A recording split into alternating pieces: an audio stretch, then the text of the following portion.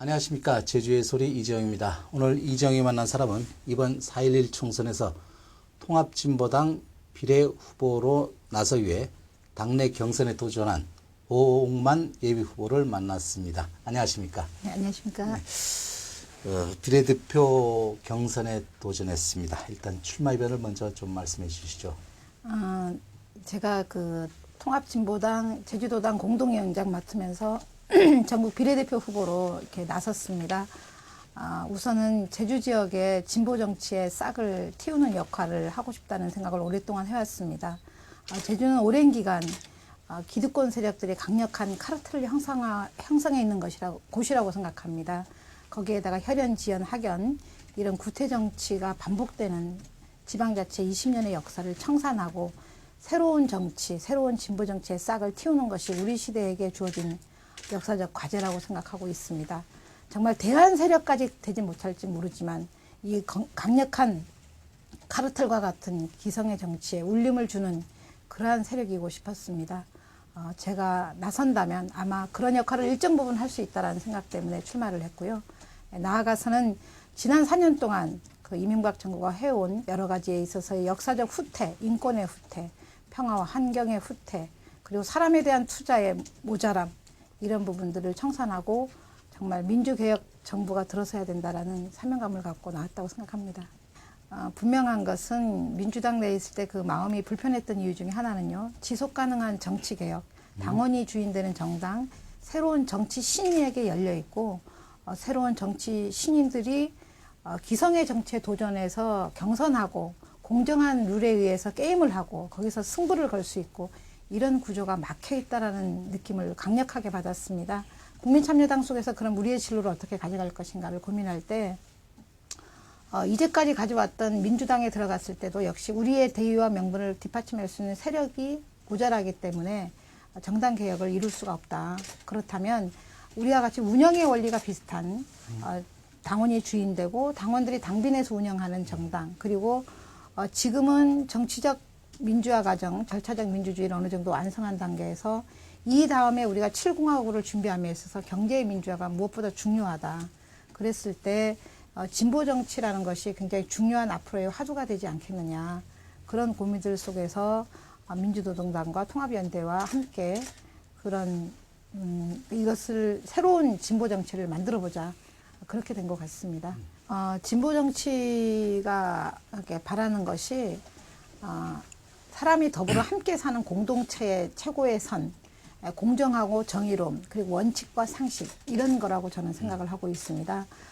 그렇기 때문에 그 단지 자기의 이해관계 때문에 혹은 혈연지연 학연 때문에 단지 그 이유만으로 지지하고 정치적 입장을 표방하는 것이 아니라 그가 지향하고 있는 사회 전체의 최고의 공동의 선, 목표, 공익 이런 거에 얼마나 그 헌신하고 노력할 수 있는 정치인인가, 그리고 그런 정치가 정말 제대로 된 정치다라는 것들이 진보 정치를 통해서 입증할 수 있다고 봅니다. 왜냐하면 특히 제주 지역 같은 경우는 기존의 모든 세력으로부터 가장 자유로운 세력이 저는 진보 정치 세력이라고 생각하기 때문에 그 가능성이 있는 것이고요.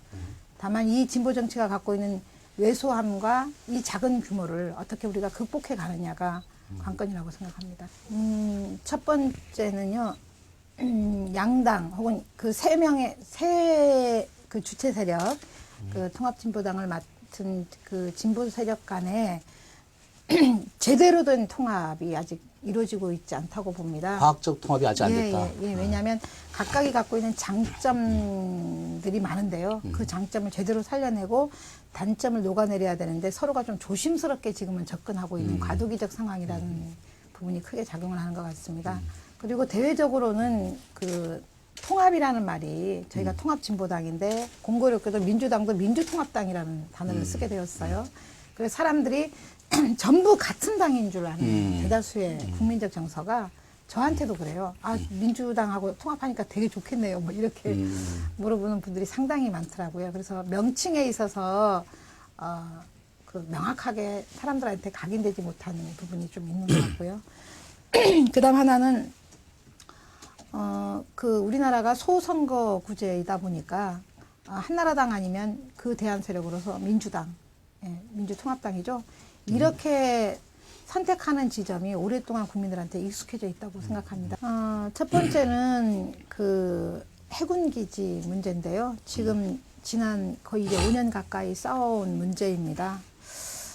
제가 도의원 있을 때도 반대를 했었고, 중간에는 정말 그 너무 힘들어하는 강정 주민들을 보면서 계속 이렇게 싸우는 게 맞는가라는 회의도 했었고, 그렇긴 합니다만 어쨌든 지금까지 5년년의 싸움 속에서 지역 주민이 굉장히 반대한 것만은 분명하지 않습니까?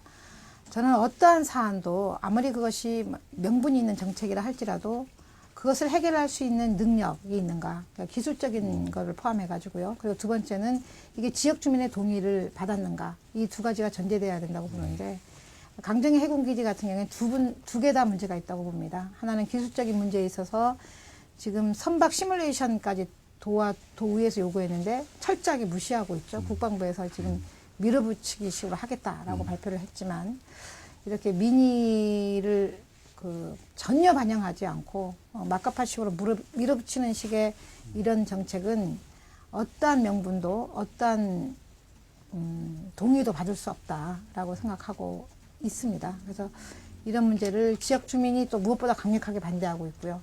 정말 원점에서 재검토해야 된다고 생각을 합니다.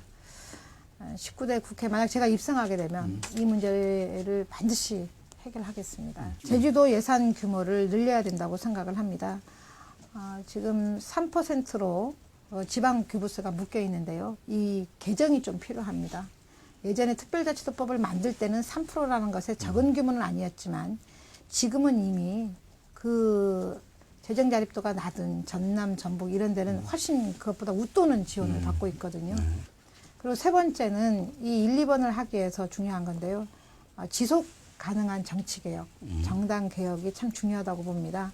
우선 제주도에서의 정당개혁이 첫 번째 숙제는요. 저는 정당 정치의 안착입니다. 그러니까 그 경선에서 지면 탈당하고 탈당했다가 다시 입당하고 이런 과정들을 너무 자연스럽게 바라보고 있는 이 제주도민과 정치가들, 특히 정치가들의 문제죠. 제대로 된 정당 정치가 안착이 되고 그 정당 정치를 중심으로 정치가 이루어져야 되는 겁니다. 사실 그죠. 그랬을 때 제대로 된 정당 정치가 안착되고 그리고 이 정당 내에서의 지속 가능한 정치 계획들을 어떻게 담보할 것인가가 고민이 돼야 된다고 생각합니다. 우선은 가장 저희가 슬로건으로 내거는 게 1%가 아닌 99% 국민을 위한 정치라는 표방을 가장 강력하게 했는데요. 지금 사회적 양극화가 심각한 문제입니다. 그게 제가 단적으로 표현한 게 빈곤의 문제라고 얘기를 했는데, 우리나라에서 태어나서,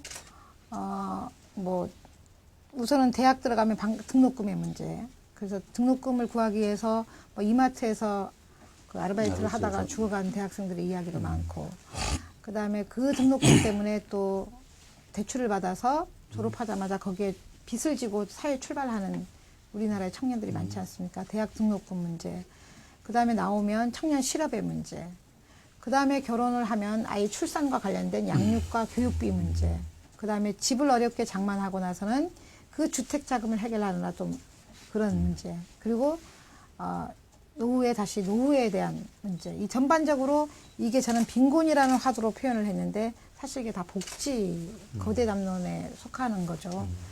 이런 것들을 지난 시기에 보면 우리나라가 가질 수 있는 유일한 것이 사람에 대한 투자입니다. 인적 자원에 대한 투자. 그것이 저는 복지라고 보고 이 인적 자원에 대한 투자가 선순환 경제 구조를 가져올 수 있는 유일한 창구다. 근데 그 중요한 예산의 많은 부분을 4대강에 쏟았지 않았습니까? 네. 그래서 복지에 대한 예산은 절로 줄어들 수밖에 없고요. 그렇기 때문에 소비시장이 위축되고 소비시장이 위축되니까 이 경제 자체가 잘 불경기고 돌아가지 않고 이런 문제가 반복되는 거라서요. 저는 사람에 대한 투자와 그런 복지 재원을 확충하는 문제가 가장 중요하다고 보고 있습니다. 중요한 것은 성장과 분배가 동시에 이루어지는 관점으로 봐야 된다는 것이죠. 그러니까 이 분배하지 않으면 성장도 이룰 수가 없는 거죠. 방금 말씀드렸지만 사람에 대한 투자를 해서 그 사람들이 소비시장을 만들어낼 수 있다고 구매력을 높여야 되고요. 구매력을 높여야만이 생산성이 증가하고 그 생산성이 증가해야만이 시장이 더 시장 규모가 커지는 이러한 선순환 경제 구조에 대해서 제대로 이해가 좀 필요하다라고 바라봐집니다. 최소한의 사람들이 먹고 사는 문제, 그리고 나아가서는 이것들에 있어서 일정한 소비자로서의 역할을 할 수 있어야 되고, 그다음 납세자로서의 역할을 할 수 있도록 해야 되는 거죠. 그것이 저는 국가의 역할이다라고 보는 겁니다. 그래서 소위 말하는 그게 포퓰리즘이라고 말하는 것 자체가 지금의 한국 경제 구조에 있어서의 정말 1%의 자본가들이 전체의 99%를 장악하고 있는 이런 구조에서 국가나 혹은 국가의 경영을 책임지고 있는 정치가들이 무엇에 집중을 해야 될 것인가라는 것은 자명하다고 바라봐집니다. 자립적 생활을 못하는 뭐 노동자, 농민, 서민, 도시 빈민, 그다음에 청년 실업 이런 문제들에 투자를 해야만이 이것이 완화되고 해결될 수 있다고 봅니다. 예, 민주당 공천 과정에서 분려 파업은 참 유감스러운 일이죠.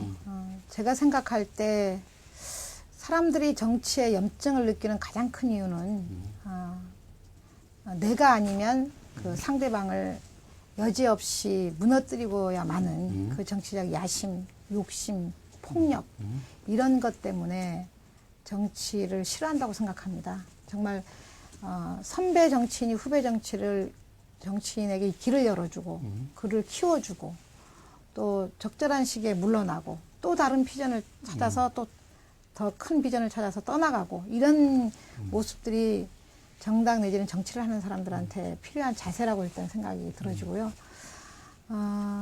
그런 의미에서 제1야당인 민주당이 그런 거에 대해서 얼마나 진지한 고민과 성찰이 있는가.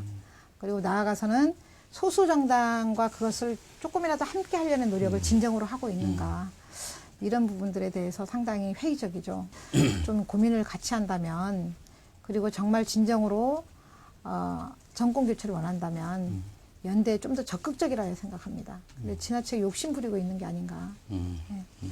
예, 저는 그 80년대, 90년대, 2000년대를 거쳐오면서 그 시대적 과정에 비교적 충실하게 살았다고 생각합니다. 80년대는 반독재 민주화 투쟁에 누구보다 열심히 했고, 그리고 90년대 중반 이후에 제가 여성운동을 했었는데 그 여성운동을 하면서 정치적 영역이 얼마나 중요한가, 그리고 지방자치라는 문호가 개방됨 속에서 정말 우리가 해오고자 했던 여러 가지 정책적 의제들을 참여 속에서 변화시켜야 된다라는 고민을 했습니다.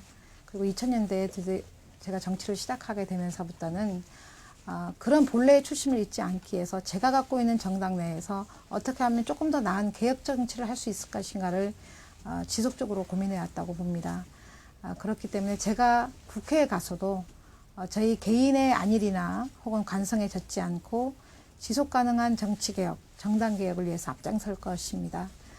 그리고 또 하나는 저는 지난 우리나라의 역사에서 봤을 때 모든 변혁의 바람은 변방에서부터 시작됐다고 생각합니다. 1%밖에 안 되는 이곳 제주의 출신인 제가 통합진보당의 전국 비례대표 국회의원이 만약 된다면 그것 자체가 저는 통합진보당의 정말 진보정치다운 모습이고 1%가 99%를 향한 울림을 줄 수 있는 그런 가능성과 비전이라고 생각하기 때문에 저를 꼭 선택해 줬으면 좋겠습니다. 네, 감사합니다.